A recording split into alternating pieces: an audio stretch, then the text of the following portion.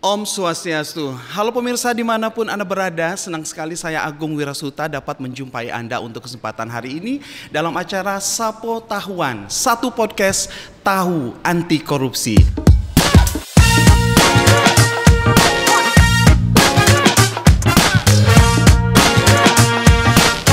Dan kali ini pemirsa, kami sedang berada di Ruang Mangu, Dinas Pekerjaan Umum dan Penataan Ruang Kabupaten Badung. Dan kali ini tema yang kita angkat adalah menghindari penyalahgunaan aset untuk kepentingan pribadi. Dan untuk membahas itu, kami sudah menghadirkan dua narasumber yang luar biasa. Beliau adalah Bapak Gede Wijaya yang merupakan Kepala BKP SDM Kabupaten Badung, dan juga narasumber kedua adalah Bapak Oka Parmadi yang merupakan Kabid Pengelolaan Aset di BPKAD Kabupaten Badung. Om Swastiastu. Om Swastiastu. Semangat nih, guys. Semangat. Apalagi masih pagi-pagi nih. Oh, luar biasa. Nggih. Kalau kita berbicara tentang aset nih, mungkin mengawali dengan Pak Kabid dulu. Siap. Nggih. Ada pencerahan nih buat pemirsa. Aset itu apa sih sebenarnya? Nggih. Baik, terima kasih Beligong. Nggih, silakan. Mungkin yang pertama kita bahas dulu tentang aset. Biar semuanya tahu dulu. Aset itu apa sih? Aset itu adalah sumber daya ekonomi yang bisa mendatangkan manfaat di masa depan. Nah, untuk di daerah ini aset itu biasa kita sebut dengan sebagai barang milik daerah. Kalau untuk teman-teman di pusat, barang milik negara. Nah, untuk dipahami juga bahwa yang termasuk dengan barang milik daerah ini sesuai dengan Permendagri 19 tahun 2016 tentang pengelolaan barang milik daerah, bahwa disebutkan di sana. Barang milik daerah adalah barang yang dibeli dengan beban APBD atau perolehan lainnya yang sah. Jadi setiap barang yang kita beli, mungkin mic niki ini kayak aset, meja niki adalah aset, atau dengan perolehan lain yang sah. Nah, kemudian dijelaskan di pasal 6-nya perolehan lain yang sah itu adalah ada 5, Beligong. Yang pertama hibah. Yang kedua adalah berdasarkan peraturan perundang-undangan. Yang ketiga adalah hasil kontrak kerjasama. Yang keempat adalah putusan pengadilan. Yang kelima adalah hasil divestasi dari perusahaan daerah. Jadi yang termasuk aset adalah terkunci di dalam hal tersebut, yang dibeli atau dengan perolehan lain yang sah. Kemudian secara garis besar, kalau kami di aset itu kita klasifikasikan lagi. Yang pertama aset lancar, aset yang memiliki masa manfaat kurang dari setahun. Kemudian ada aset tetap, yaitu barang yang memiliki masa manfaat lebih daripada setahun, dan kemudian aset lainnya. Nah, aset lancar ini contohnya mungkin kertas-kertas yang kita pakai, barang-barang habis pakai. Kemudian kalau yang dimaksud dengan aset tetap itu adalah aset yang memiliki manfaat lebih daripada setahun. Kita klasifikasikan lagi. Yang pertama tanah, yang kedua ada namanya peralatan mesin, yang ketiga adanya gedung bangunan, yang keempat jalan, jaringan dan irigasi. Kemudian aset tetap lainnya termasuk pohon, hewan-hewan yang dibeli, itu termasuk aset tetap lainnya. Dan kemudian ada namanya yang konstruksi dalam pengerjaan. Nah, kemudian aset yang tidak bisa diklasifikasikan ke dalam aset lancar maupun aset tetap tadi kita sebut sebagai aset lainnya. Nah, aset lainnya ini contohnya apa? Contohnya software. Nah, kita kan sering ada belanja software, belanja apa, itu masuk kepada aset tetap lainnya. Nah, untuk belanja aset, ini kadang-kadang yang sering menjadi teman-teman juga harus kita perhatikan adalah yang dimaksud dengan aset-aset lancar ini, kita menggunakan kode rekeningnya adalah kode rekening belanjanya, belanja barang dan jasa. Kemudian aset tetap niki kita gunakan rekening belanja modal.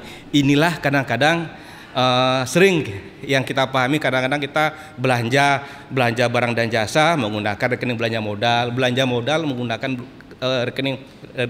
rekening belanja barang dan jasa. Inilah yang sering ada miss. Nah, niki sehingga teman-teman semua, baik itu yang mengurus tentang aset, kita semualah harus paham yang mana namanya belanja modal, yang mana namanya belanja barang. Demikian Beligong untuk awal Di perbincangan kita hari ini, jadi luar biasa begitu.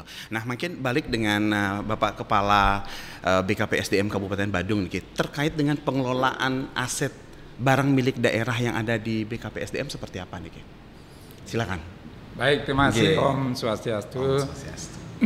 Mohon maaf bahwa kami di BKP SDM mengelola barang milik daerah itu sudah tentu berdasarkan ketentuan peraturan perundang-undangan yang berlaku, mulai dari PP 27 tahun 2014, Permendagri 19 tahun 2016, sampai dengan ditetapkannya Perda tahun 2018 kemarin, bahwa kami di BKPSDM merujuk pada ketentuan itu, di mana yang melakukan pengelolaan barang milik daerah itu dilakukan oleh pengurus dan pembantu pengurus barang.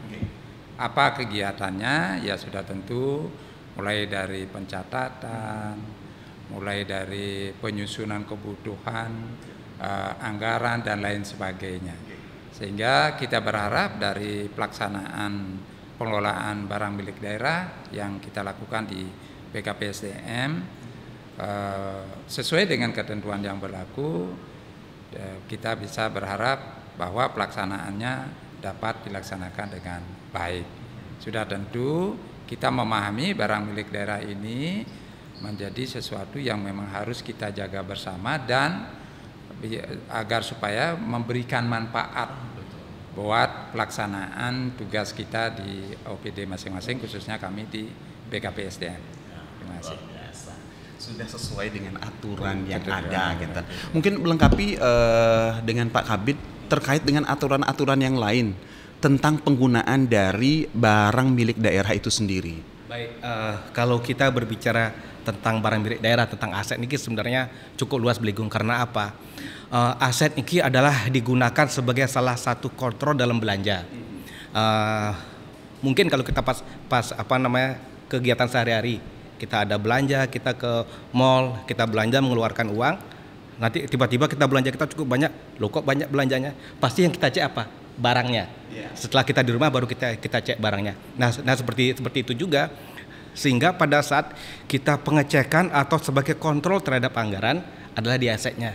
Berapa anggaran keluar, berapa sih menjadi aset. Nah, seperti itu. Nah, sehingga aturan terkait sama aset ini cukup banyak, seperti yang barusan tadi dijelaskan. Kita yang paling pertama adalah Permendagri 19 tahun 2016, kemudian ada Perdanya juga, Perda 5 tahun 2018. Kemudian di samping itu ada aturan-aturan lagi. Nah, aturan tentang kode barang itu ada namanya Permendagri 108 tentang kodifikasi barang milik daerah. Nah, itu dijelaskan barang A nomor kode rekeningnya berapa, barang B nomor kode rekening berapa, itu ada ribuan, sehingga harus kita update terus aturan-aturan itu. Kemudian ada namanya Permendagri 47 tahun 2021 tentang pembukuan, inventarisasi dan pelaporan. Ini berkaitan tentang tata cara bagaimana cara kita mencatat aset, apakah ini masuk ke KIP A, KIP B dan seterusnya. Dan tahapan pengelolaan aset itu, tahapan pengelolaan barang milik daerah luas sekali. Dari kita namanya yang perencanaan barang milik daerah, kemudian ada penggunaan barang milik daerah, kemudian adanya pemanfaatan barang milik daerah, adanya pengamanan, penilaian, pemindah tanganan, pemusnahan sampai dengan penghapusan. Sehingga kalau kita berbicara di aset, teman-teman punya joke aset dari A sampai Z. Nah, itu joke-nya teman-teman. Jadi kalau kita berbicara aset itu dari sesuatu yang baru lahir, barang ini di perencanaan sampai barang ini dihapuskan, sampai ngaben baru sah, itu bukan tanggung jawab kita lagi. Sehingga selama masih rentang belum ada penghapusan, itu merupakan tanggung jawab kita bersama. Beligung. Luas sekali makanya Beligung. Entah berapa lama. Nah, makanya kita sering sekali berhadapan dengan kasus-kasus yang jaga waktu lama. Selama aset itu belum dihapuskan, terutama kasus tentang tanah, bangunan, itu ada kadang-kadang kasus tahun 80-an. Saya sendiri waktu itu belum lahir Beligung. Itu tetap kita harus kita bahas bersama, harus tahu bersama. Sehingga itulah sangat luas sekali ya aturannya. Nah, seperti itu pemirsa, sangat luas. Berbicara tentang aset itu dari A sampai Z gitu. Terkait dengan penggunaan kendaraan dinas nih, siapa saja nih yang mendapatkan kendaraan dinas nih kok? Oke, silakan. Kalau kami di BKPSDM yang mendapatkan kendaraan dinas, ya sudah tentu pejabat struktural, mulai dari JPT, pengawas, mulai dari JPT, administrator dan pengawas. Hanya memang pengawas khususnya kita yang di Selon 4 di BKPSDM, karena ada ketentuan kemarin disetarakan, sampai saat ini mereka walaupun statusnya Japung masih tetap menggunakan kendaraan dinas. Jadi itu yang mendapat kendaraan dinas dan mereka punya kewajiban untuk menjaga, memelihara, menggunakan dengan baik dan sebagainya sebagaimana yang menjadi harapan penggunaan barang milik daerah tersebut. Saya kira demikian. Seperti itu. Nah, tadi kan sudah siapa yang memakai, kemudian apa-apa yang dilakukan seperti itu. Nah, terkait pengamanannya sendiri, ada yang bisa ditambahkan? Kalau detail seperti ini beligo. Okay. Pengamanan aset ini merupakan salah satu dari tahapan tadi kan, bahwa salah satu pengamanan yang kita buat untuk di pengamanan barang milik daerah berupa kendaraan dinas ini, biasanya nih tiap tahun bahwa setiap yang membawa kendaraan dinas kita buatkan surat fakta integritas.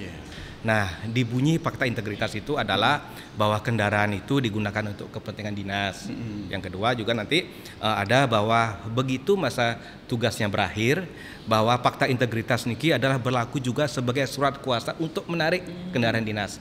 Sehingga jangan sampai orang bersangkutan sudah pindah, kendaraan dinas itu masih di bawah. Jadi kita amankan bahwa nanti tiap tahun kita buatkan fakta integritas pemegang barang milik daerah. Baik dia itu membawa kendaraan dinas, laptop atau apapun barang yang milik daerah yang mereka bawa, kita lengkapi dengan fakta integritas beligung. Saya rasa itu yang kita lakukan. Fakta integritas itu berarti benar-benar mengikat ya. Iya, yang betul-betul mengikat. Untuk mengamankan, menjaga barang tersebut dan pada akhirnya begitu selesai menjadi mendapatkan tugas di sini akan diambil kembali. Ya, seperti itu beligung. Nah, sejauh niki di BKPSDM ada ndak pelanggaran disiplin terkait dengan penggunaan barang milik daerah? Sepanjang pemantauan kita yang tercatat dan yang dilaporkan itu masih belum ada gitu. Tetapi kita tetap berharap bahwa kewajiban dan larangan sebagai seorang ASN itu harus diikuti sebagaimana yang diatur dalam PP 94 tahun 2021. Nah, terkait dengan penggunaan barang ini sudah tentu bagaimana juga mereka punya kewajiban untuk menjaga, memelihara dengan baik supaya bisa memberikan manfaat sebagaimana yang diharapkan untuk kelancaran pelaksanaan tugas. Nah, seperti yang disampaikan tadi bahwa kendaraan dinas ini memang diperuntukkan untuk menunjang tugas-tugas dinas. Jadi itu menjadi hal utama bagi kita bahwa kendaraan dinas itu memang kita peruntukkan untuk menunjang kelancaran pelaksanaan tugas kita. Ya, jadi demikian. Oke, kemudian untuk selanjutnya nih ada titipan pertanyaan gitu. Selama ini kan titipan pertanyaan. Ini sudah langsung udah masuk ya. Nah, terkait dengan kendaraan dinas nih, kan ada yang sistemnya dibeli dengan uang negara ataupun uang daerah. Bagaimana halnya dengan yang sewa? Nah, seperti itu. Bisa diceritakan, silakan. Ya, oke. Bahwa saat ini kita ada kendaraan yang kita pakai dengan sistem sewa. Nah, seperti yang jelaskan di awal bahwa yang dimaksud dengan aset itu adalah yang dibeli atau dengan perolehan lain yang sah. Sehingga yang dengan sewa ini adalah bukan termasuk aset. Bukan termasuk aset. Tapi titik yang melihat niki dengan kita sewa niki adalah merupakan salah satu langkah kita yang cukup efisien. Karena apa? Karena barang itu kita sewa, otomatis perawatannya dan segala sesuatunya diserahkan kepada tempat kita menyewa. Dan juga mungkin perlu diingat juga bahwa barang ini kalau aset ini kan ada umur masa manfaatnya. Betul. Itu yang perlu kita ingat. Kalau seandainya segala sesuatu yang menjadi aset, kadang-kadang masa manfaatnya sudah habis, ya itu menjadi suatu beban kita. Betul. Kita pelihara lebih lanjut. Tapi kalau seandainya kita dengan penyewa niki, begitu mungkin usia kendaraan itu sudah mungkin 4 tahun 5 tahun sudah tidak layak, ya udah kita putus kontrak, kita melakukan sewa lagi. Sehingga ini saya rasa dengan sewa niki salah satu langkah yang cukup efisien dan banyak juga dilakukan oleh teman-teman yang lain. Sehingga pertanyaan tadi, apakah ini aset? Kalau yang kendaraan sewa bukan termasuk aset beligung. Gitu. Seperti itu. Ya. Tapi dalam artian hal itu juga digunakan untuk operasional betulnya ya, untuk melancarkan tugas-tugas kantor gitu ya. Siap. Nah, terkait niki balik lagi niki dengan Bapak Kepala. Biasanya nih kan ada kendaraan plat merah tiba-tiba berubah nih jadi warna hitam, gimana tuh? Mungkin bisa diceritakan. Ya. Silakan Pak Kepala. Baik, kalau menurut ketentuan memang itu tetap harus menggunakan plat merah ya, karena itu menjadi aset daerah, barang milik daerah. Sehingga kita berharap sebagaimana fakta integritas yang telah ditandatangani oleh yang bersangkutan itu ditetapkan sebagai benar. Nah, terkait dengan mereka menggunakan plat hitam, nah itu memang menjadi luar daripada kewenangan kita. Bagaimana dari kepolisian mungkin yang lebih tahu, sehingga itu bisa diberikan kesempatan. Nah itu di luar menjadi kewenangan kita. Tapi yang jelas di dalam pelaksanaan kendaraan dinas itu mesti harus kita mengikuti ketentuan bahwa kendaraan dinas itu harus menggunakan plat merah. Sebab berbicara dalam kaitan itu tadi saya mengingat bagaimana ketaatan terhadap kewajiban ya, itu sanksinya sudah jelas diatur ya. Bagaimana kita menjadi ASN atau penyelenggara negara ini memiliki kewajiban untuk mentaati kewajiban-kewajiban kita dan menghindari larangan, sehingga manakala kita mengabaikan ataupun tidak melaksanakan itu ya sanksinya sudah tentu ada. Berkaitan dengan sanksi pemeliharaan penggunaan barang milik daerah ini, kalau tingkat sedang ya itu sampai berakibat negatif dalam lingkup instansi ya, sampai itu berakibat negatif pada lingkup instansi itu sudah bisa kena sedang. Dan bahkan kalau sampai berakibat negatif kepada negara itu sudah sampai berat. Kalau yang namanya sanksi berat bagi ASN ya sudah tentu bisa sampai kepada pemberhentian. Nah, kita berharap dari kewajiban-kewajiban ini atau kesempatan yang diberikan kepada para pejabat ataupun yang diberikan kewenangan untuk menggunakan barang milik daerah ini seyogianya melaksanakan tugas ataupun kewajiban itu dengan sebaik-baiknya. Karena kita pun tidak ingin bahwa ASN kita banyak yang kena sanksi. Jadi lebih baik kita mencegah daripada mengobati, kan begitu ya. Sebab kalau sanksi itu sebenarnya merupakan langkah terakhir. Nah, sebelum itu terjadi kita tetap mengimbau dan mengingatkan pada saat pertemuan-pertemuan untuk ASN kita selalu taat terhadap ketentuan peraturan yang berlaku. Terima kasih. Nah, perlu dicatat itu pemirsa. Jadi bukan hanya mungkin diingatkan kepada seluruh ASN. Mungkin kalau anak-anaknya lagi menonton, diingatkan juga kepada orang tuanya begitu ya. Saling mengingatkan tentu saja sehingga terhindar dari sanksi. Ya, mungkin bisa lebih spesifik sedikit lagi larangan-larangan tentang penggunaan aset ataupun barang milik daerah itu sendiri. Silakan. Iya sih, kalau dari Titiang barusan sudah jelas kita sampaikan bahwa kita ikat setiap penggunaan aset itu kita ikat dengan suatu surat yang namanya fakta integritas. Jadi karena sudah kita tuangkan ya jangan dilanggar ya Pak ya. Jangan dilanggar, apalagi sebenarnya kalau kita gunakan plat merah itu ya justru lebih mengamankan diri kita, dalam artian yang biasanya kita umpama setir kendaraan agak keras atau bagaimana lihat umpama lampu kuning tiba-tiba terobos, kalau menggunakan kendaraan plat merah kita pasti akan hati-hati kan. Oh, ntar ada yang rekam nih, takutnya seperti itu. Sehingga kita pun kalau saya rasa kita ikuti aturan dengan kita menggunakan plat merah yang sesuai sama aturan itu sebagai fungsi kontrol kita juga Beligo. Sehingga kita lebih berhati-hati dalam menggunakan fasilitas negara, seperti itu Beligo. Nah, seperti itu pemirsa. Jadi perbincangan kita sangat hangat gitu, tapi waktu jua yang memutus perjumpaan kita hari ini. Sebelum kita akhiri perjumpaan kita, mungkin ada closing statement dulu deh dari Bapak Kepala, silakan. Baik, terima kasih. Sebagai closing statement saya dari pengelola manajemen ASN gitu ya, berharap dalam konteks ini bagaimana kita semua atau teman-teman ASN yang diberikan kewenangan menggunakan barang milik daerah itu seyogianya mentaati ketentuan yang berlaku sebagaimana yang telah diperjanjikan atau dituangkan dalam Fakta Integritas. Semua itu ada ketentuannya. Bila itu sudah ditaati, saya yakin kita akan semua bisa melaksanakan tugas dengan baik.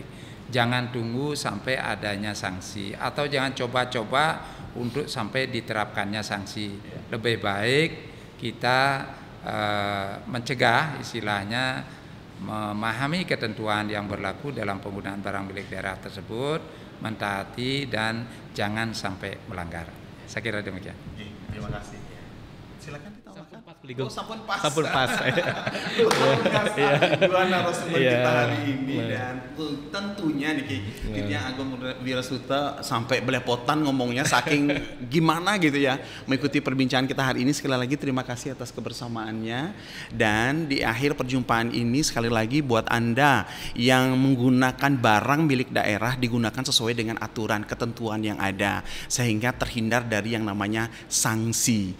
Baik pemirsa dimanapun Anda berada, itu tadi perbincangan kita dalam Sapo Tahuan, dan terima kasih atas kebersamaannya. Sampai jumpa dalam tema yang berbeda dan narasumber lainnya. Terima kasih, matur suksema, Om Santi Santi Santi Om. Salam anti korupsi.